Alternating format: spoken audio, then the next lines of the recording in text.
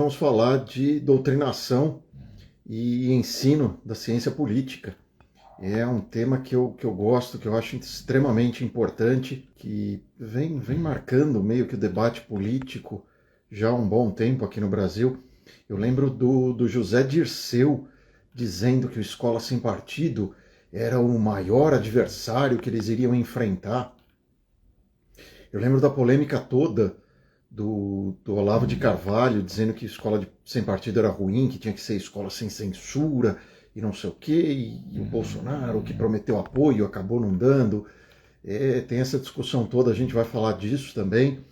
E vamos falar da importância de aprender política, do novo curso de política que a gente tem lá no Mises, e se isso serve ou não, se isso adianta ou não, se são coisas separadas e uma não interfere na outra. A gente vai discutir isso tudo hoje. Vai ser uma discussão bastante interessante, bastante produtiva, acredito eu. É um tema que eu acho extremamente interessante, que eu acho que precisava ser mais discutido, mais analisado, menos apaixonadamente, de maneira mais científica mesmo, né? Quais são os limites do que um professor pode e não pode fazer em sala? Quais são os limites do que os pais podem exigir em sala? Essas questões todas eu acho que eu nunca vi sendo discutidas no Brasil, né? O Escola Sem Partido tem esse grande mérito de ter começado a trazer esse tipo de coisa. E eu lembro de tempos atrás, eu dava aula na FMU ainda, quando começou a Escola Sem Partido, e começaram, né, o caminho era sempre o mesmo. Primeiro eles ignoram, eles fingem que não existe. Depois eles começam a dizer, não existe doutrinação. Quando, né, você fala e mostra e prova, não existe doutrinação. Aí você prova e comprova de novo. Não, é um caso isolado. Isso aí é uma coisa separada, é um caso isolado. Aí você mostra milhões de casos isolados, aí eles, não. Então, o professor tem o direito de fazer a doutrinação, ele tem o direito de doutrinar. Claro que eles não falam assim, né? Eles não usam essas palavras, mas eles dizem que é escola com crítica. Olha que bonito, com crítica. Aí eu lembro, o professor de direito sempre de terno, né? O sujeito chega lá de terno, mas com a camiseta por cima, né? Não por cima do paletó, mas por cima da camisa e da gravata. Aí a camiseta escrito, escola sem crítica não é escola.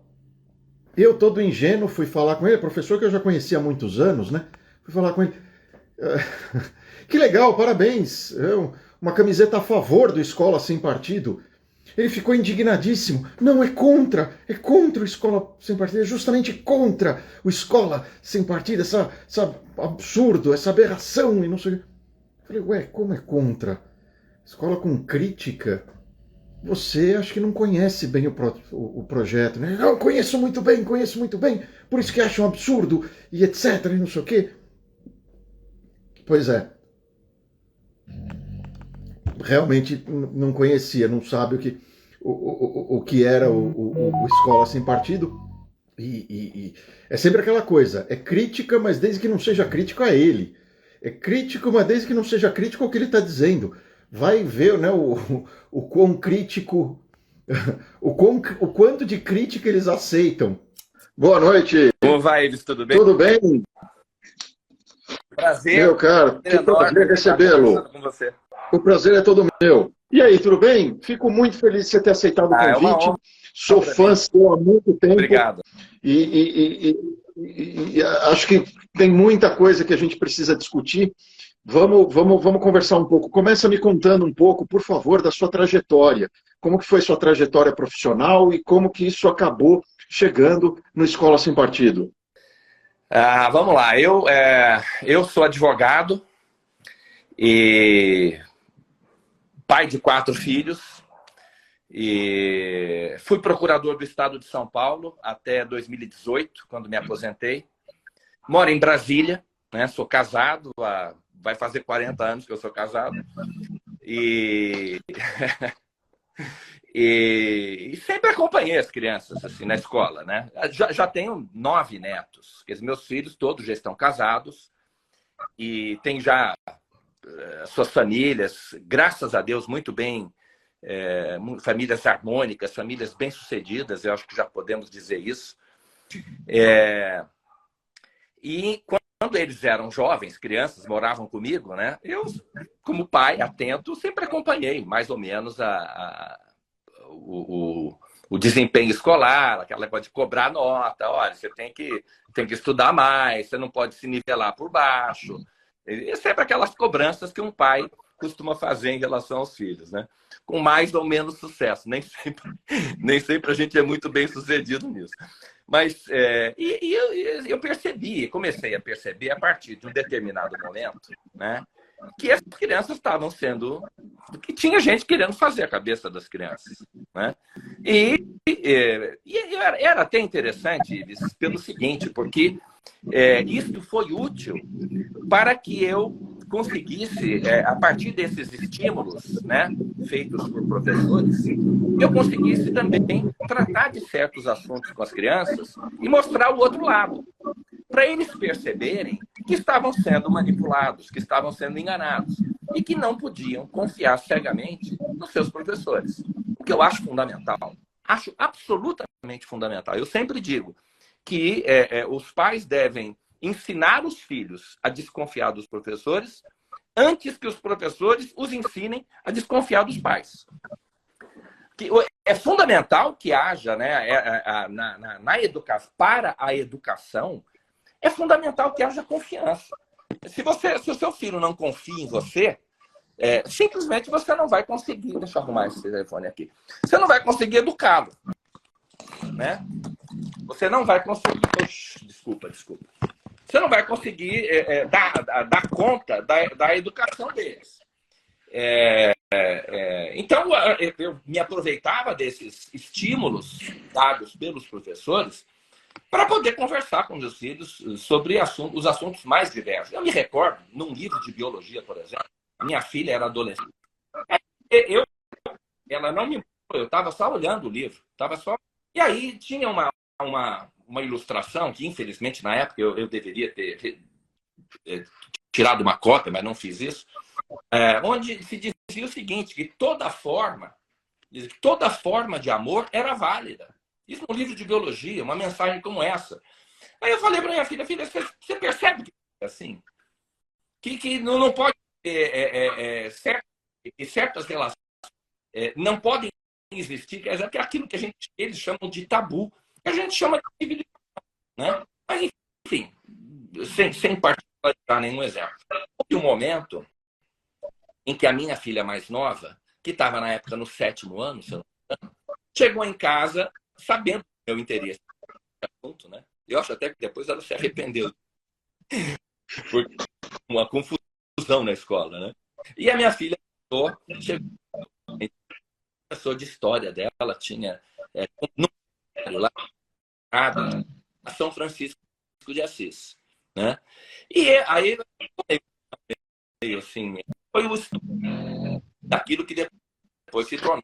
Deixa eu acho que está cortando muito o seu áudio. Se talvez um microfone, se tiver um microfone, pode ser que ajude. Eu estou sem microfone.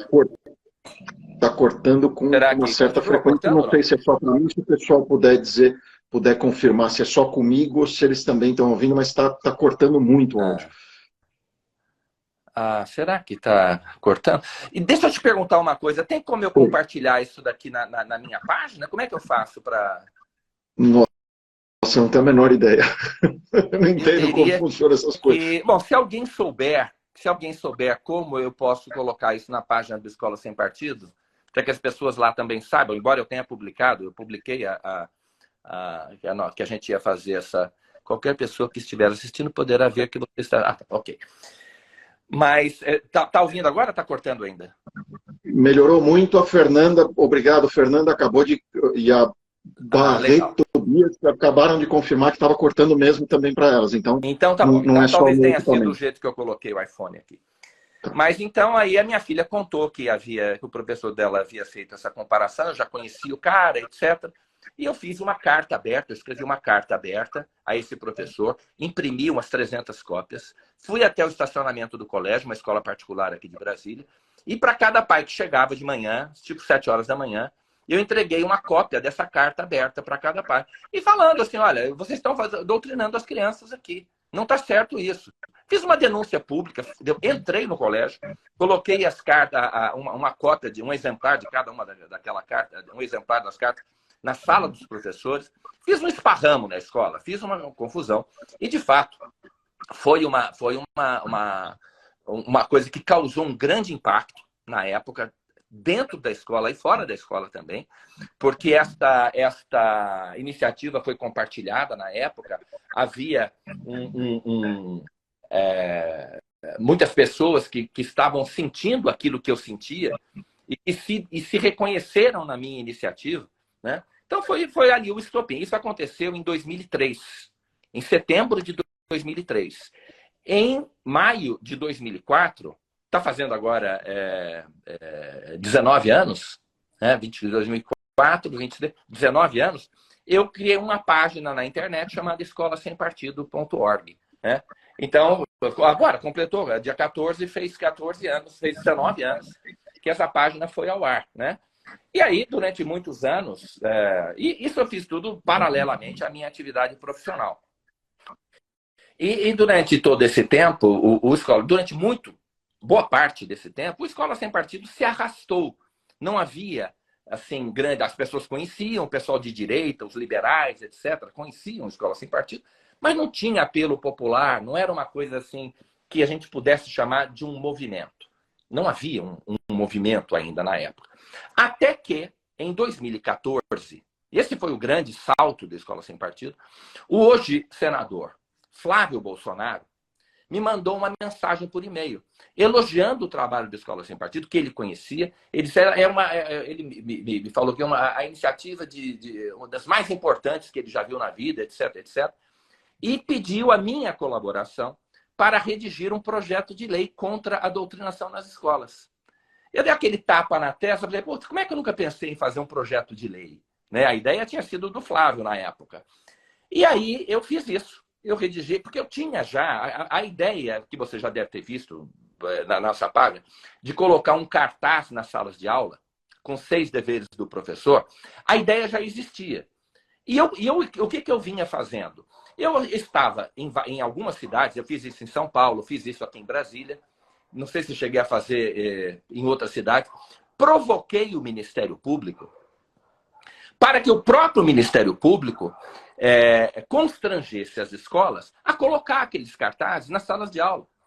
Porque, veja, aquele cartaz com 6 deveres do professor não está criando nenhum dever novo, nenhuma nova obrigação para os professores já têm aquela obrigação, né? Apenas que o aluno precisa saber que ele tem aquele direito, o direito que corresponde àquele dever dos professores. Então, eu estava formulando requerimentos, representações ao Ministério Público, para que eles forçassem as escolas, constrangessem as escolas a cientificar os estudantes sobre direitos que os estudantes já possuem e sobre obrigações que os professores já têm, como, por exemplo, a obrigação de não fazer propaganda político-partidária em sala de aula. Ninguém discute que essa obrigação já existe. Eles só não querem que o aluno fique sabendo. Porque se o aluno ficar sabendo, o aluno vai cobrar. O aluno é a única testemunha daquilo que o professor faz em sala de aula, né? Porque ali no segredo de sala de aula, no segredo da sala de aula, o professor faz o que quer, né? Os alunos dependem do professor, têm medo do professor, ou então gostam do professor, enfim. A dinâmica de poder dentro da sala de aula é uma coisa que precisa ser estudada, inclusive. Mas não estava dando certo. O Ministério Público, tomado como está pela esquerda, completamente dominado pela esquerda, o Ministério Público, nunca aceitou nenhuma dessas provocações feitas pelo Escola Sem Partido. Então, aí o Flávio veio com a ideia de fazer um projeto de lei. Aí eu falei, bom, vamos fazer um projeto de lei, então. Eu escrevi o projeto para o Flávio. Fiz depois um anteprojeto de lei para todos os estados, um anteprojeto de lei municipal e um anteprojeto de lei federal. E saí distribuindo. Foi uma explosão. Os políticos adoraram a ideia. Político adora projeto de lei, você sabe disso, né? Vereador e deputado adora projeto de lei. A coisa que eles mais amam é projeto de lei. Eu falei, pronto, juntou a fome e a vontade de comer. Vamos fazer projeto de lei contra a doutrinação. E aí explodiu a Escola Sem Partido. Explodiu. Pautou a eleição municipal de 2016 e depois pautou uma eleição presidencial em 2018. Né? E depois a gente pode falar do triste fim do Escola Sem Partido. Mas aí, essa foi a história, né? Essa foi assim, basicamente, que o Escola Sem Partido... foi a minha formação, como eu me envolvi com esse assunto, e depois o que aconteceu a partir de 2014, 2015. Estou te ouvindo aqui, não estou te ouvindo. Eu desliguei meu microfone para não te atrapalhar e para variar, eu esqueci de ligar de novo quando eu fui falar. Obrigado de me avisar. Depois a gente pergunta disso, então essa parte também, apesar de triste, também é muito interessante.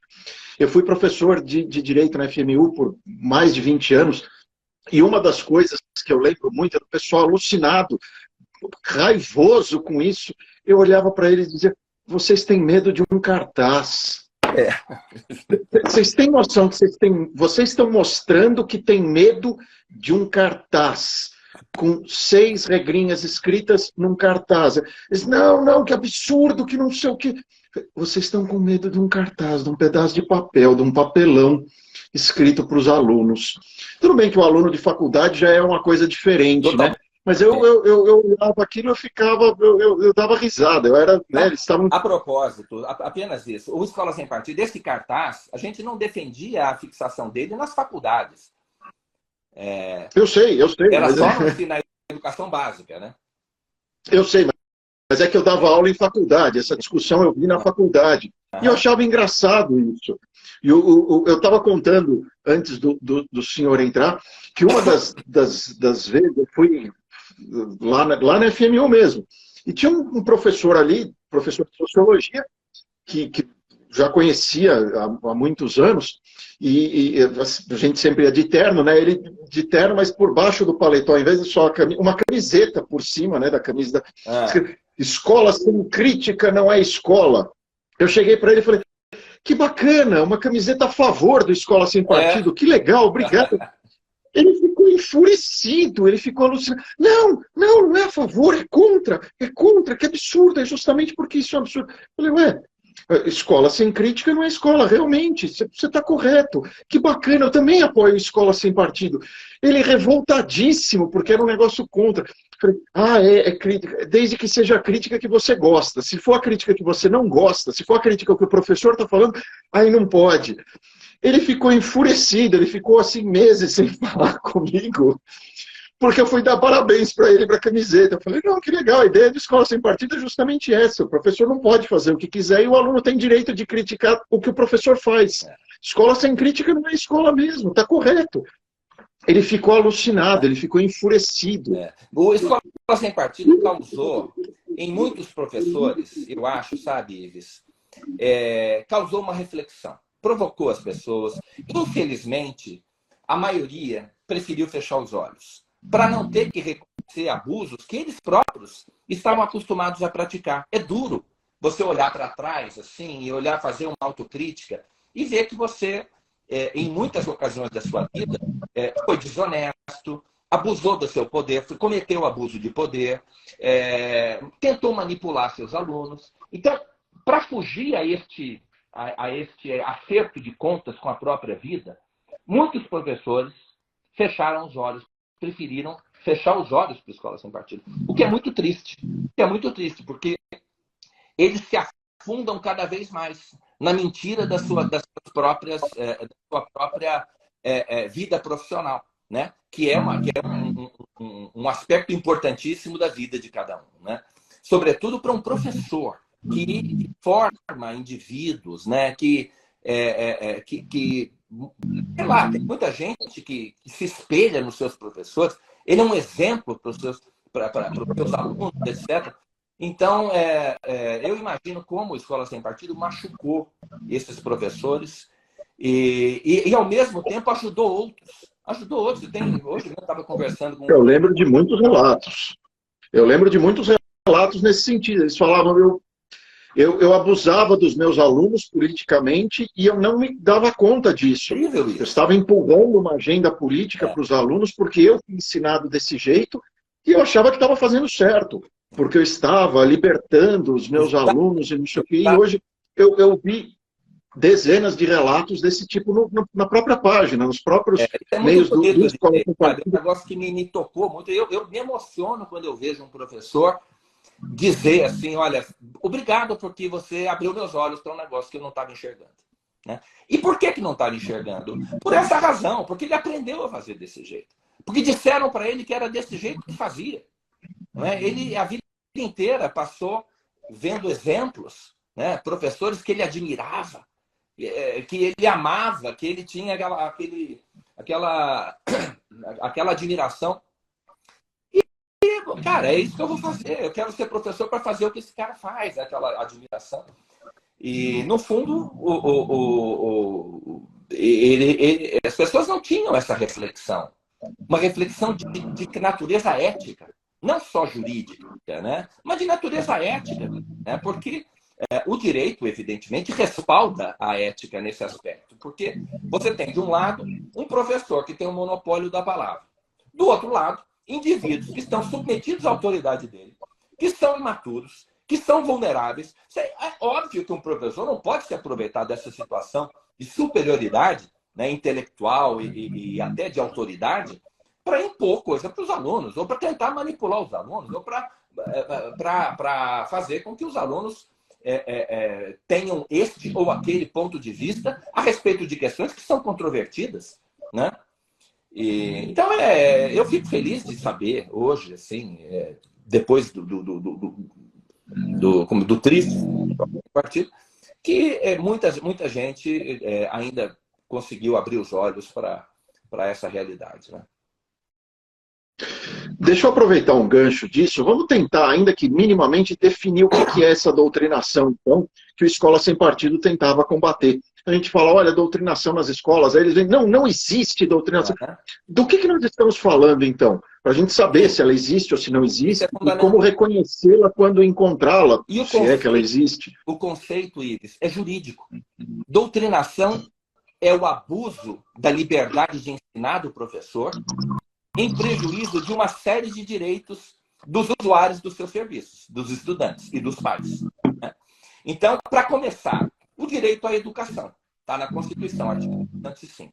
Quando um professor abusa da sua liberdade de ensinar e passa a omitir determinados aspectos ou determinadas narrativas ou versões de questões controvertidas, né? Para conduzir o aluno num determinado sentido, ele está cerceando o direito do aluno à educação. Está privando o aluno do direito à educação. Ou seja, ao abusar da sua liberdade de ensinar, na Constituição, ele viola o direito à educação. O direito do aluno, no caso da escola pública, o direito à impessoalidade, artigo 37 da Constituição. Quando um professor faz propaganda político-partidária em sala de aula, quando ele usa a sala de aula para fazer a propaganda do candidato a favor ou contra, ele está violando o direito do aluno à impessoalidade. Quando um professor usa a sala de aula para fazer pregação religiosa ou pregação antirreligiosa, ele está violando o direito do aluno à laicidade do Estado. Estou falando em escola pública. Né? Ele está violando o direito do aluno à laicidade do Estado. Quando um professor tenta fazer abusa da presença obrigatória do aluno em sala de aula, da audiência cativa do aluno, para tentar fazer a cabeça dele, ele está violando a liberdade de consciência e de crença do estudante, que é obrigado a estar ali. Então, imagina, suponha, por exemplo, um professor que usa uma aula de português para ficar fazendo pregação religiosa. Né? Independentemente dos alunos quererem ou não, eles vão ter que receber aquele conteúdo. Ora, quando eu vou ali, a porta da igreja está aberta, eu posso sair se eu quiser. Mas na sala de aula não acontece isso. Não é verdade? O aluno é obrigado a ficar ali. Né? Por outro lado, quando um professor faz isso, ele também viola indiretamente o direito dos pais dos alunos. Digamos, um pai católico, um pai evangélico, né? Tá lá o professor falando mal da religião dele. Então, o pai está na Convenção Americana de Direitos Humanos. Os pais têm direito a que seus filhos recebam a educação religiosa e moral que esteja de acordo com as suas próprias condições, né? Então, quando um professor se aproveita da audiência cativa do aluno para botar minhoca na cabeça dele, ele está violando o direito do pai do aluno sobre a educação religiosa e moral dos seus filhos. Isso não interfere em nada com ciência. O professor tem todo o direito, tem o dever de transmitir o conteúdo científico para os seus alunos. Mas ele não pode se aproveitar dessa situação de aprendizado, né, para violar os direitos dos outros. Então, a doutrinação é isso. É quando um professor abusa da sua liberdade, que está garantida na Constituição, que é a liberdade que ele tem de escolher a melhor forma de transmitir um determinado conteúdo para os alunos. Não é ele que escolhe esse conteúdo, sobretudo na educação básica, não é ele. É um colégio de professores. Existe uma coisa chamada currículo, existe uma coisa chamada... Existem as autoridades que definem o conteúdo que será transmitido, não é o professor que escolhe, né? Então, quando o professor tem o direito, a liberdade de escolher a melhor maneira de transmitir esse conteúdo. Mas quando ele abusa dessa liberdade, ele pode violar o direito do estudante ou do pai do aluno. Isso é o que a gente chama de doutrinação. É um conceito jurídico, né? Pois é. Para mim é até engraçado esse pessoal que fala não existe doutrinação, porque o colégio em que eu estudei, as provas de matemática, para se fazer uma ideia, a prova de matemática era desse jeito. Considerando um latifúndio improdutivo de não sei quantos metros quadrados,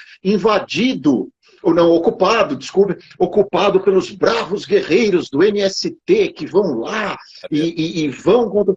A prova de matemática era desse jeito. Aí você tinha que calcular a área do latifúndio. Aí você tinha que calcular a área, não sei o quê. As provas de português eram sempre pegando trechos do Veias Abertas da América Latina. Deus. Aquele livro, o próprio autor renegou, falou que era pouco antes de morrer, o próprio autor falou, isso era uma bobagem, me mandaram escrever, eu escrevi o que me mandaram. E aquele do Léo Huberman, que é a História da Riqueza do Homem. Assim, as provas de português era pegar... Imagina como era história, imagina como era geografia. Aí era um... Agora não tem colégio de negócio, hein? Agora virou tudo uma baderna só. Né? Aula de matemática, aula de química, tudo agora virou doutrinação. Mas sabe que eu acho que a pior hoje de todas as disciplinas é português, é língua portuguesa?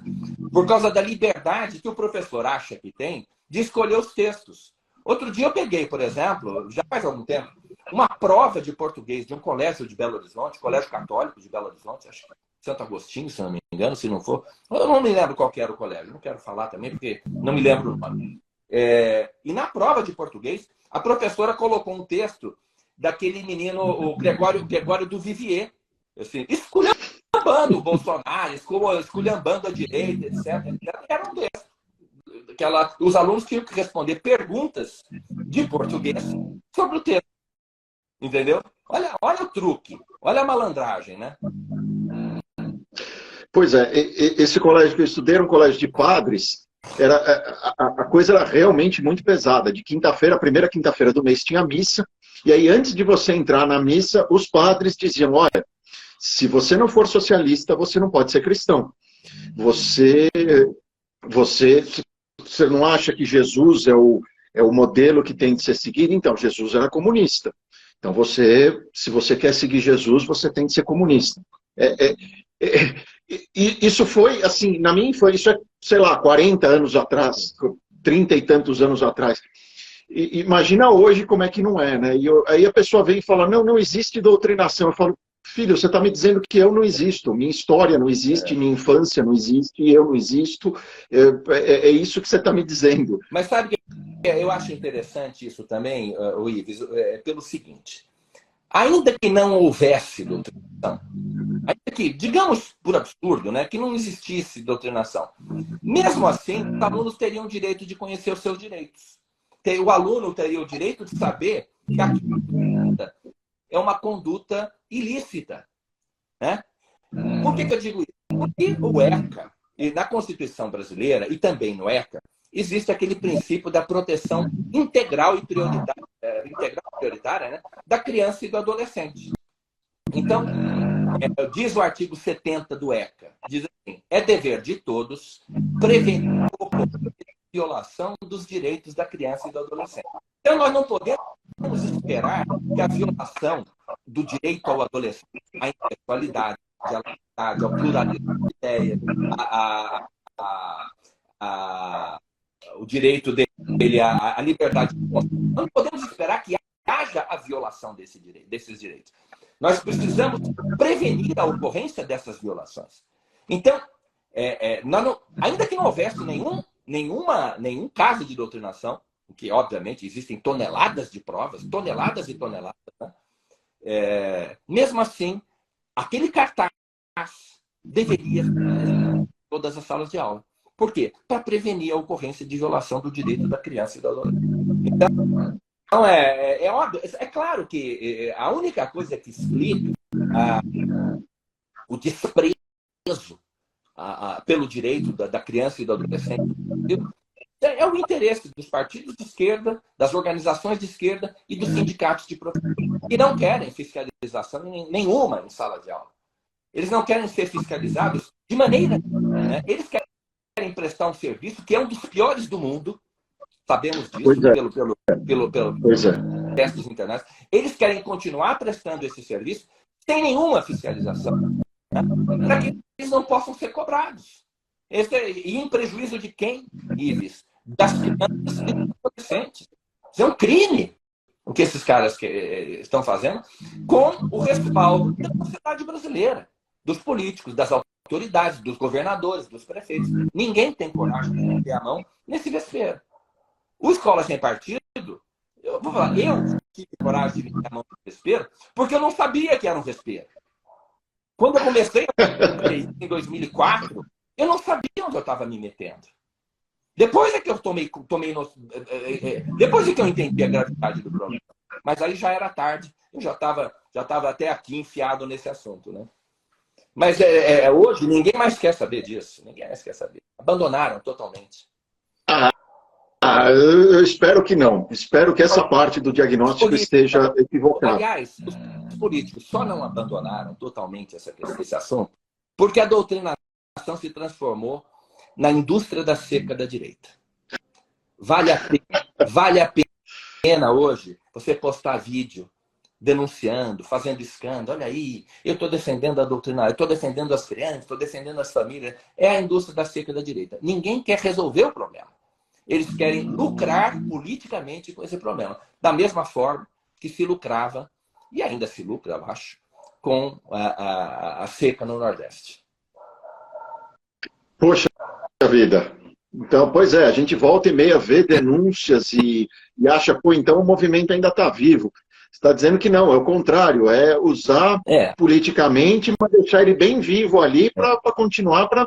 É isso, então? Eu acho que porque não há nenhuma iniciativa no sentido de coibir os abusos, de fazer aquilo que o ECA manda fazer. Prevenir a ocorrência de violação do direito da criança e do adolescente. É isso que a sociedade precisa fazer. É isso que as escolas precisam fazer, que os políticos precisam fazer, que a sociedade inteira precisa fazer. Prevenir a ocorrência de violação. Nós não podemos deixar acontecer para filmar, né, para gravar e correr atrás de like na rede social. A denúncia é um aspecto importante do problema, sem dúvida que é. Né? É a denúncia que cria o temor, mas é a denúncia acompanhada da conscientização de direitos. Essa é que funciona, é a conscientização de direitos. E a fiscalização, né? A vigilância da sociedade sobre aquilo que os professores estão fazendo. E só para mostrar assim, qual era a estratégia do Escola Sem Partido, era fazer uma espécie de uma vacinação em massa das crianças e dos adolescentes na educação básica. Porque todo mundo que chega à universidade, Ives, passou antes pela educação básica, passou pelo fundamental e pelo médio. Então, se o aluno chega na universidade consciente dos seus direitos, ele tem outra atitude. E o aluno, mais uma coisa, o professor e o aluno são a mesma pessoa em momentos diferentes da vida. Então, se você vacina um aluno, se o aluno Pois se é. traumatiza, depois, quando ele for professor, ele vai respeitar o direito dos seus próprios alunos. Não é verdade? Então, Todo professor foi aluno um era dia. uma Isso. grande estratégia do Escola Sem Partido, sabe? Transparente, justa, limpa, né? Não tinha truque nenhum. Valia para um lado, valia para o outro lado. Nunca houve acepção ali, basta ler a proposta do Escola Sem Partido para ver que não existe nenhuma acepção de ideologia, né? Nenhuma ideologia é favorecida ali, né? Então, era maravilhoso, assim. Eu sou muito grato a Deus por ter por ele ter me dado essa incumbência. Né? É uma pena que no final houve esse abandono, essa traição enorme à Escola Sem Partido. Vamos falar disso então, mas é bastante interessante esse ponto de que o Escola Sem Partido sempre foi acusado, não, vocês não querem sem partido, vocês querem com o seu partido. Mentira. E aí era só mostrar a proposta. De novo, Fiote, olha, você não leu a proposta. Você não leu a proposta. Está dizendo isso daqui, você não leu a proposta. Mas conta então um pouco desse final triste, do que aconteceu, a história toda lá, Olavo de Carvalho, etc. Bom, o Olavo foi, até 2016, o maior apoiador do Escola Sem Partido. Um grande apoiador. Foi o Olavo que deu, por exemplo, projeção ao episódio lá do professor da minha filha que comparou São Francisco a Che Guevara a São Francisco. Ele foi um dos maiores defensores da Escola Sem Partido. Desde o nascimento, para você ter uma ideia, aqueles 6 deveres do professor, a versão primeira, a primeira versão, o Olavo me ajudou a redigir aqueles deveres do professor. Ele participou, eu tinha boa relação com ele. Nós nos considerávamos reciprocamente amigos. Só que a partir de 2016, meados de 2016, ele começou a tentar desmoralizar a iniciativa. De repente mudou ali a chave na cabeça dele. Não pode ser escola sem partido. Tem que ser escola sem censura. Eu lembro disso. Escola sem censura. Mas se eu digo escola sem censura, eu estou reconhecendo ao professor que ele tem liberdade de expressão em sala de aula. Porque censura significa cerceamento à liberdade de expressão. Então, se eu digo escola sem censura, é a escola na qual o professor tem liberdade de expressão. Olha, o professor tem liberdade de expressão, ele pode falar de política o que ele quiser. Ele pode fazer pregação religiosa ou antirreligiosa, se ele quiser. Ele pode falar tudo o que ele quiser. Liberdade de expressão é isso. Não é? Então, é importante, assim, a primeira coisa que uma pessoa precisa entender quando vai falar desse assunto é que um professor, ou melhor, é que dentro da sala de aula, ninguém tem liberdade de expressão. Nem o professor, nem o aluno. Se o professor tivesse liberdade de expressão, ele não teria que dar aula. Ele poderia passar o tempo todo, todas as aulas, falando de futebol, falando de política, falando de religião, falando do assunto que ele bem quisesse, assim como ele faz nas redes sociais. Né? E o aluno, por sua vez, o professor não poderia mandar ele calar a boca. Ele poderia, professor, o senhor está me censurando, porque eu tenho liberdade de expressão. É um completo absurdo imaginar que exista liberdade de expressão em sala de aula. Ninguém tem. O que o professor tem é a liberdade de ensinar, que é a liberdade de cátedra, né? Que não se confunde com liberdade de expressão. Então, quando o Olavo chega e diz, não pode ser escola sem partido, tem que ser escola sem partido, sem censura, ele está destruindo de alto a baixo a proposta de escola sem partido.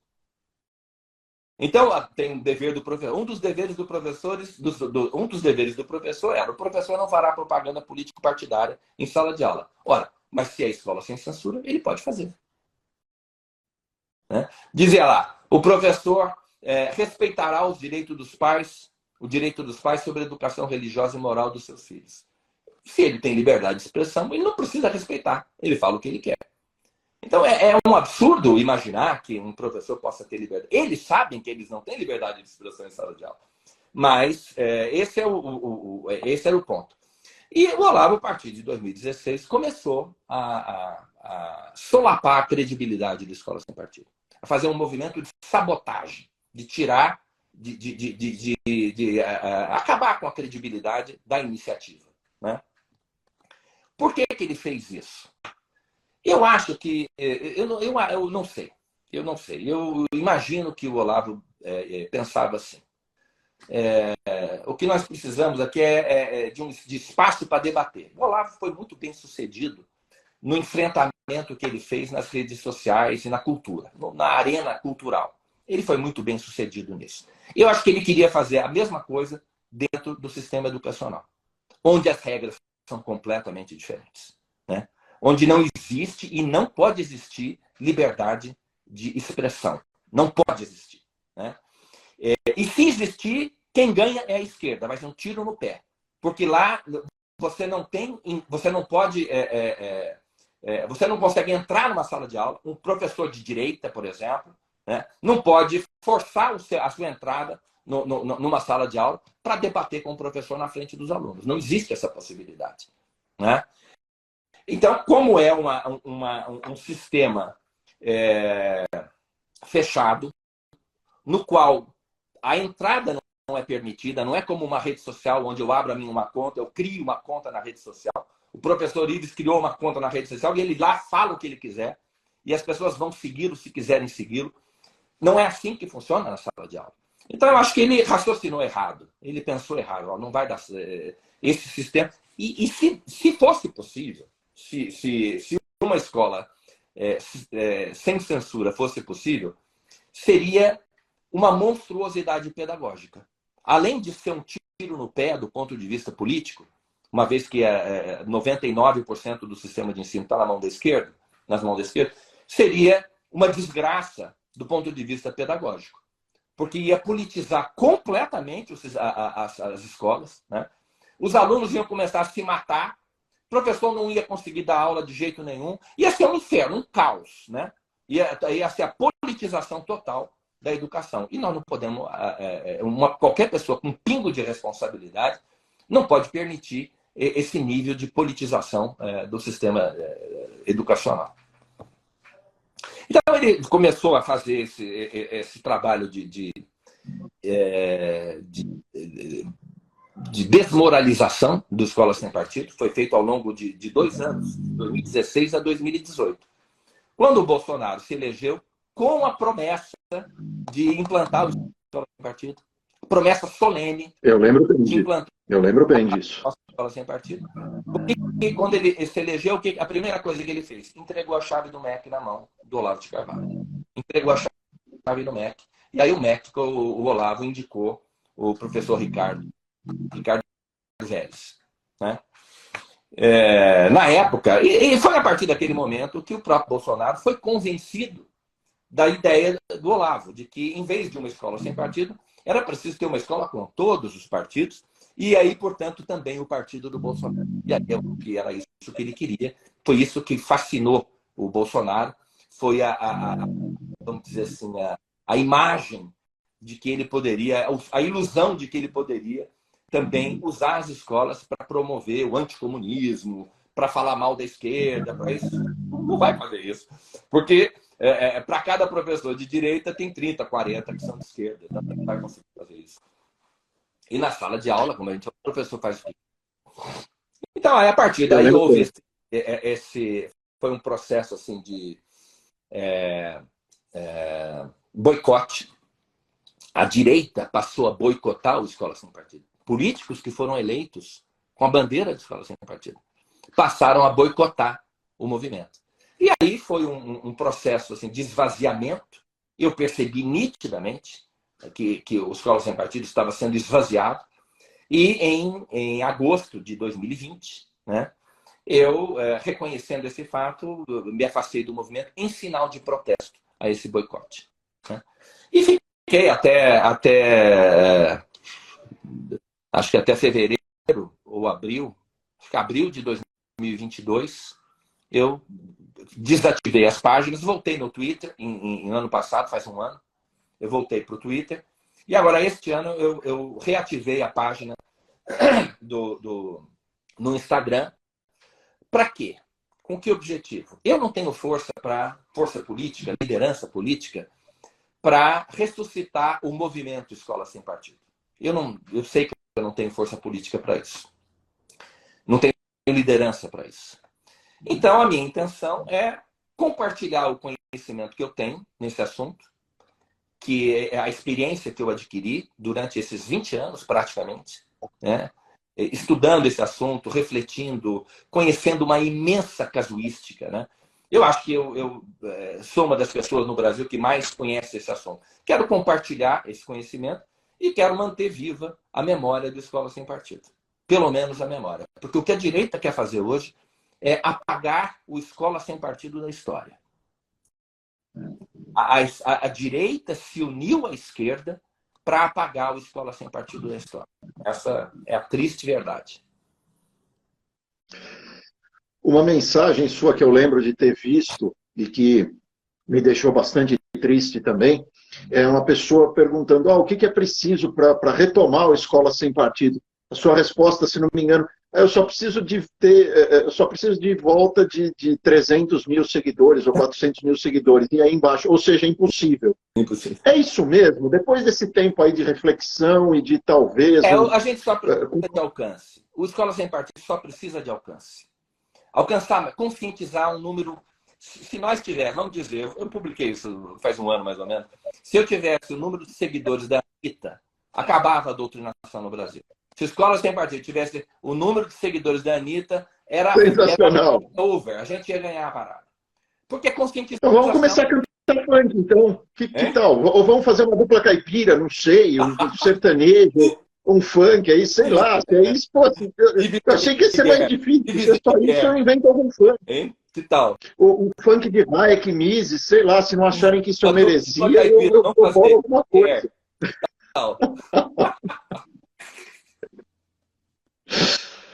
Pois é. É o tipo da coisa que eu acho que é uma ideia tão boa, um negócio foi tão bem sucedido no que se propôs, que me deixa muito triste de ver, não, olha, acabou e não tem jeito. A tragédia, porque estava dando certo. Eu já publiquei várias vezes, o Zé Dirceu falou. Eu lembro disso. A ameaça que nós vamos viver é o Escola Sem Partido. O Zé Dirceu falou. Eu sabia, eu sempre soube disso, para ser sincero. Eu sempre soube que o Escola Sem Partido era uma grande ameaça. Mas depois que o Zé Dirceu falou, eu falei, pronto, não preciso mais ficar falando, porque o Zé Dirceu já falou, já entendeu. O Zé Dirceu foi o grande responsável pela implantação da estratégia gramsciana pelo PT no Brasil. Ele conhecia aquilo muito bem. E quando ele viu a Escola Sem Partido, ele falou, bom, é isso que vai quebrar a nossa perna. Sabe quando ele falou isso? Em novembro de 2018. Logo depois do Bolsonaro ter ganhado. Porque ele achava que o Bolsonaro ia implantar a Escola Sem Partido. Gente, que chance perdida para esse país. Que chance perdida para essa infância. Nem faz. Olha o que nós estamos perdendo. Nós estamos perdendo uma geração inteira aqui por conta de, sei lá, de ciúme, não sei lá do quê. E sabe o que eu acho, assim, a coisa mais legal da Escola Sem Partido, do ponto de vista do direito, do ponto de vista jurídico, é que ele não criava nenhuma nova obrigação para os professores. Nenhum novo direito para os alunos.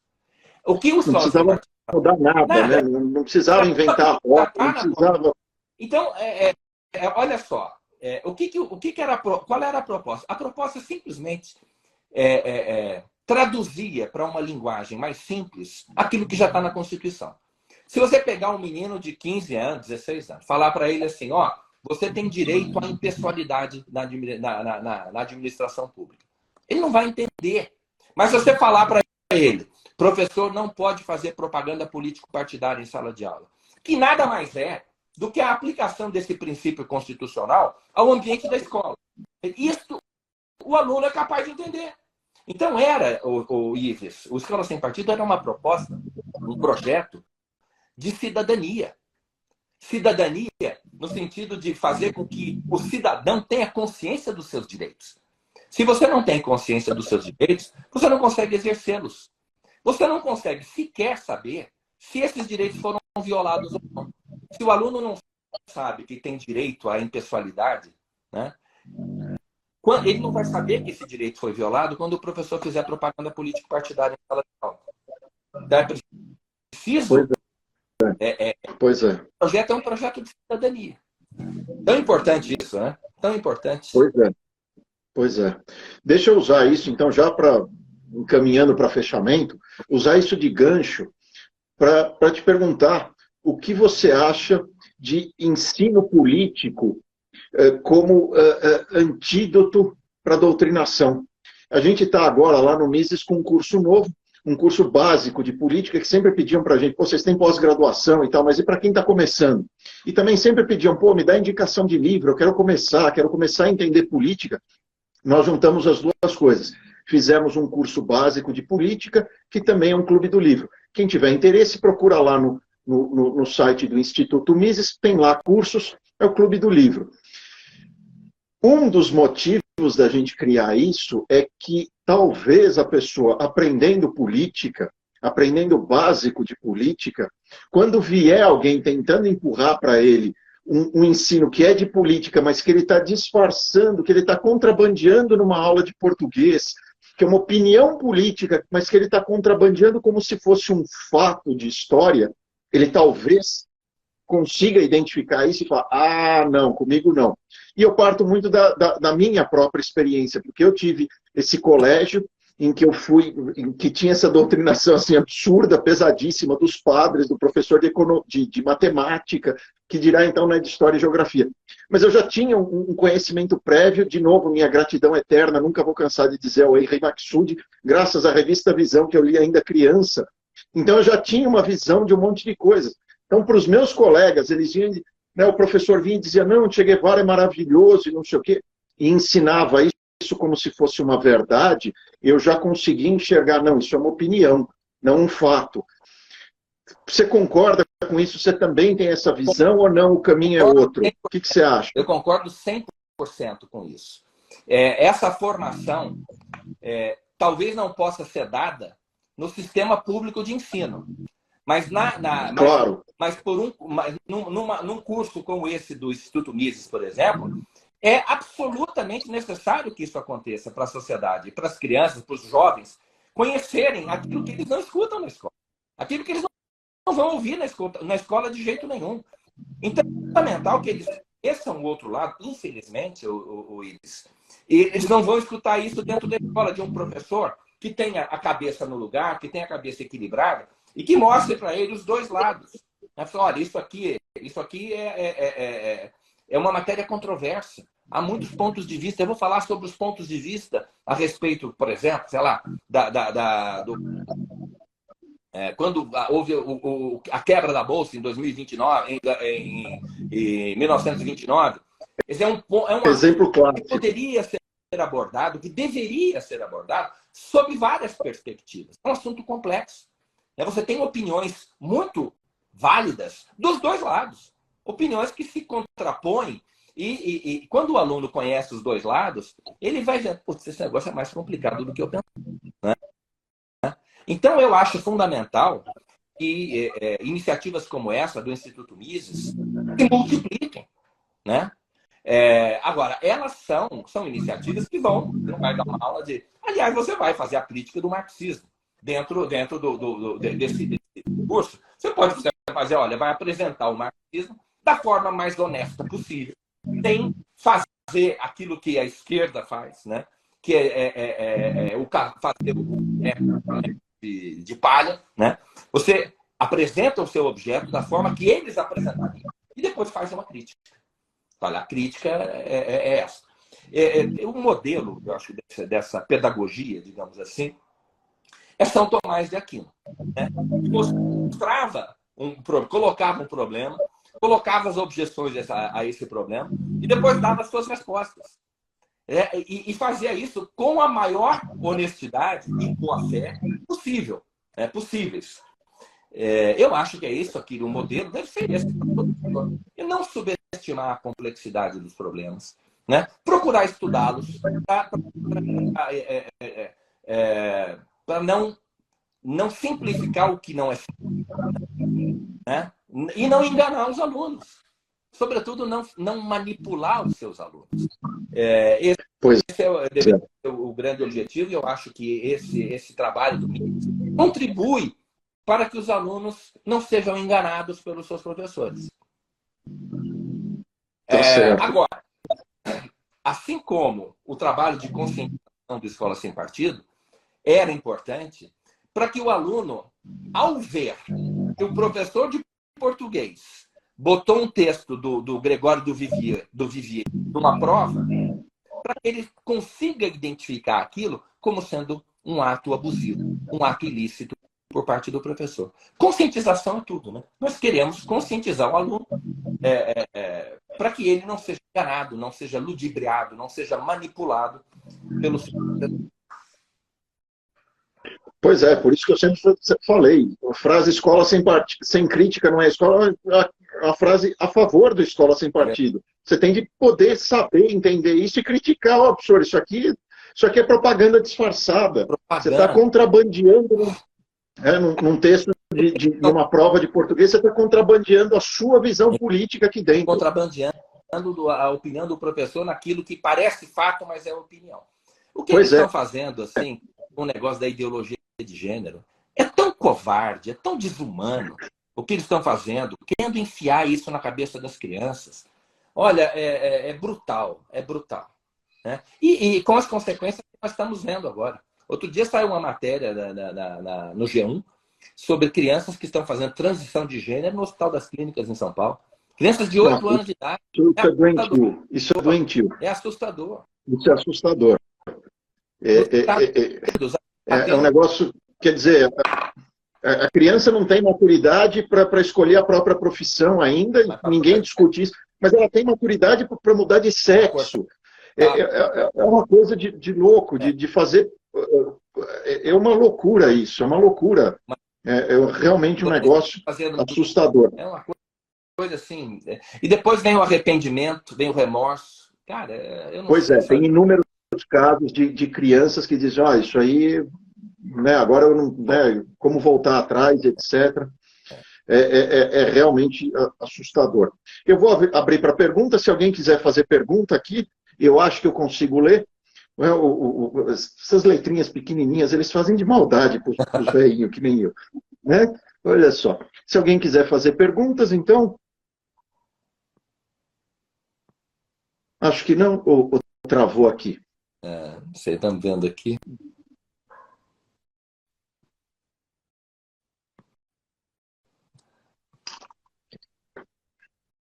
Acho que é isso aí. É isso, então.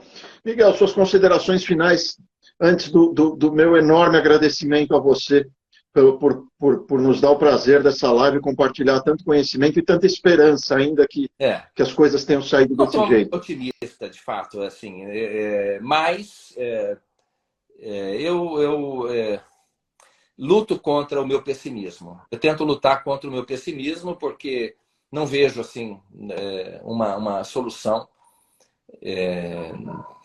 que possa... A cada dia que passa, evidentemente, fica mais difícil, porque aumenta o número de zumbis na sociedade. Né?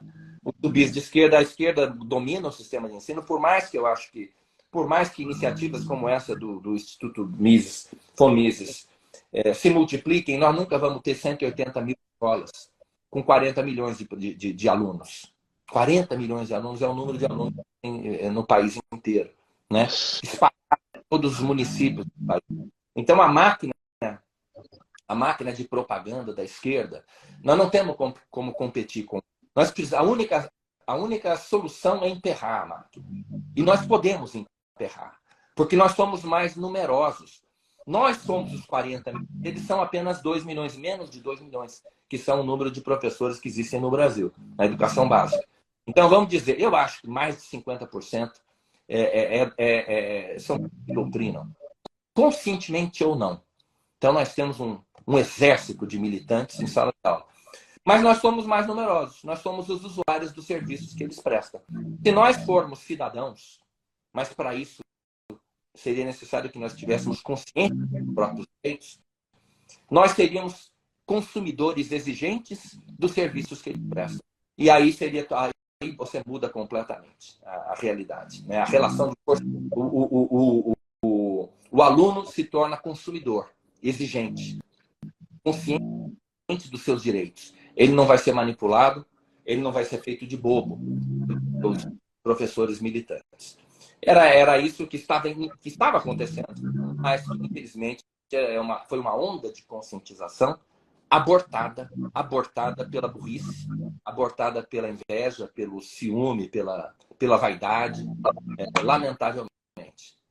Agora, voltamos à estaca zero, está claro que eles viraram completamente o jogo.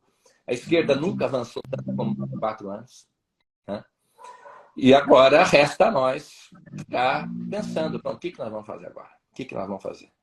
Né? Eu lamento muito que a tornado, como eu falei para você, tenha sido transformada numa nova, que é o que está acontecendo, infelizmente. O político só se interessa no assunto para capitalizar, para catapultar as suas próprias plataformas políticas e tal, querem ser candidato a isso. É isso. Então, eu quero agradecer a esse convite. Obrigado mesmo. Foi. Eu acho que antes eu recebi convites para lives toda semana, tinha um convite para live, agora estou no buraco, né? Estou lá ninguém mais se interessa por esse assunto por causa do boicote. Mas foi um prazer enorme falar com você. E vamos ver se a gente repete a dose um dia desses. O prazer foi todo meu, foi um prazer e uma honra. Como eu disse, eu sou fã há muito tempo e no que depender de mim, do pouquinho que eu posso, não vai ser esquecido, não vai ficar no buraco, vai ter sempre, e vocês vão ter que nos engolir, né? Como diria o futebolista. Zagallo, no que depender de mim, a gente continua fazendo e continua insistindo. Eu sou um otimista incorrigível. Eu acho que a gente tem de seguir, sim. Miguel, mais uma vez, muitíssimo obrigado. Foi um prazer, uma honra. Vamos repetir, sim. Foi muito bacana. Foi um ótimo papo. Eu espero que muita gente se conscientize ainda, entenda a importância desse projeto magnífico que você tocou e que eu espero que não seja abandonado, que a gente consiga continuar com ele. Tá bem? Grande abraço. Obrigado, então. Um grande abraço. Boa noite, gente. Obrigado. Tchau, tchau.